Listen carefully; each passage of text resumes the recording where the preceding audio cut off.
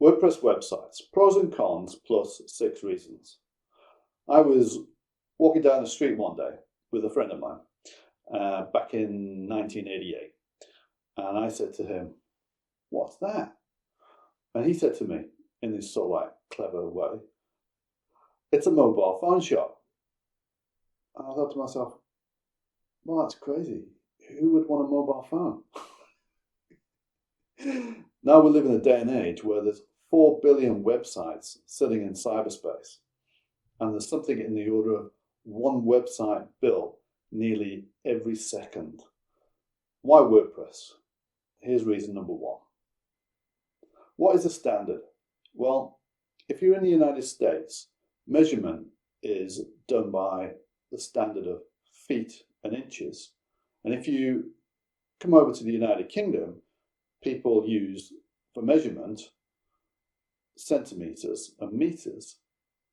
Now, considering 43% of the world's websites are built using WordPress, that means something in the order of every other second a website is launched into cyberspace powered by WordPress.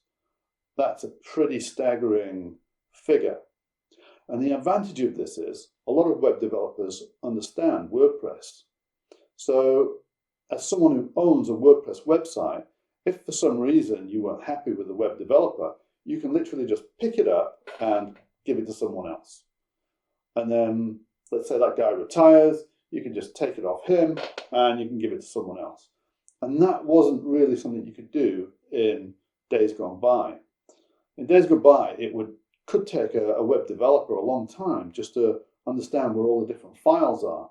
And that's time lost from understanding your client and what your client's needs are. Number 2, the big reason for security. Security is a big issue for everyone. Websites, unfortunately, do get hacked. However, WordPress has done an incredible job of staying up to date, keeping its product on the cutting edge, which minimizes that chance. Me personally, using WordPress, I've never had a security issue. There's also a good number of people out there developing products that you can attach to a WordPress website that have security built into them. Number 3, is it cost effective? The answer to that is absolutely yes. In days gone by, trying to get a particular application for a website, so let's say you wanted to add a subscribe form, your web developer would have to either sit down and write out all the zeros and ones to create it, which takes time, or buy something that was expensive from another vendor. With WordPress, because it's a standard, you have plenty of vendors around making all these different features that you can just plug and play. That makes WordPress extremely cost effective. Number 4, what about mobile friendly? As a web developer, when you start building a website, you build it to fit a particular screen size. So let's say you've got a desktop screen and it's this big. Well, that's great when you finished it. But then what happens if someone looks at it from a mobile phone? And in this day and age, something like 50% of web searches are done on mobile phones. So you've got to get this to shrink down to that, and it looks awful. With WordPress, there's various different features that allow a web developer to smoothly take a website from this big down to a mobile phone this big and have everything still look all really nice and professional. Reason number 5, is search engine optimization dead? The answer to that is absolutely no way. It is true, back in the day, you could optimize a website. In other words, if you were selling apples, you would put apples in the text and you'd have pictures of apples and you'd have tags to the pictures that said this is a picture of an apple, and you'd have this flowing smoothly through a website. So the search engines would pick this website up and go, oh, this website's about apples, and they'd send you a bit of traffic when people were searching for apples. But now, in this day and age, there's something like 4 billion websites in cyberspace, and there's a good chunk that are talking about apples. So the chances of moving to a high position in the standings, that's very tricky.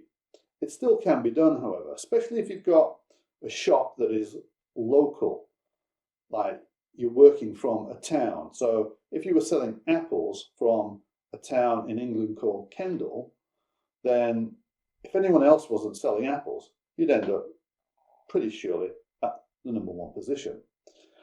However, moving on to something like YouTube, if you set up a YouTube channel and your YouTube channel is about apples and you have a website connected to it that's about apples, it adds a lot more authority to the YouTube website. So search engine optimization is still an absolute must. It just doesn't quite have the same benefit it used to have. But there are still things you can do, clever things you can do to make things just work a bit better. Number 6, is it user-friendly? The answer to that is twofold. For a web developer, the answer is yes. It's a standard. So someone comes to you with a WordPress website, you already know where to go for the files for the images. You already know where to go for the files for certain text, or if you want to do adjustments to the contact form. That's pretty straightforward. If you're very new to web development, you'd have to appreciate there is a learning curve. It is a technical subject. Is it beyond something you could learn? No, absolutely not. If you don't want to learn that and you want someone to build a website for you, great. Is it easy to operate a website once someone has built it? And the answer is yes. That isn't too difficult to pick up. You can even quite easily learn how to manipulate pictures and text, and possibly even add a new page here and there. All right, here's the really important bit, right? Now you've got to pay attention. Because I'm British, you've got to give this video a thumbs up and subscribe. Otherwise, we send the boys around to kick your windows in. Just kidding. Have a good day.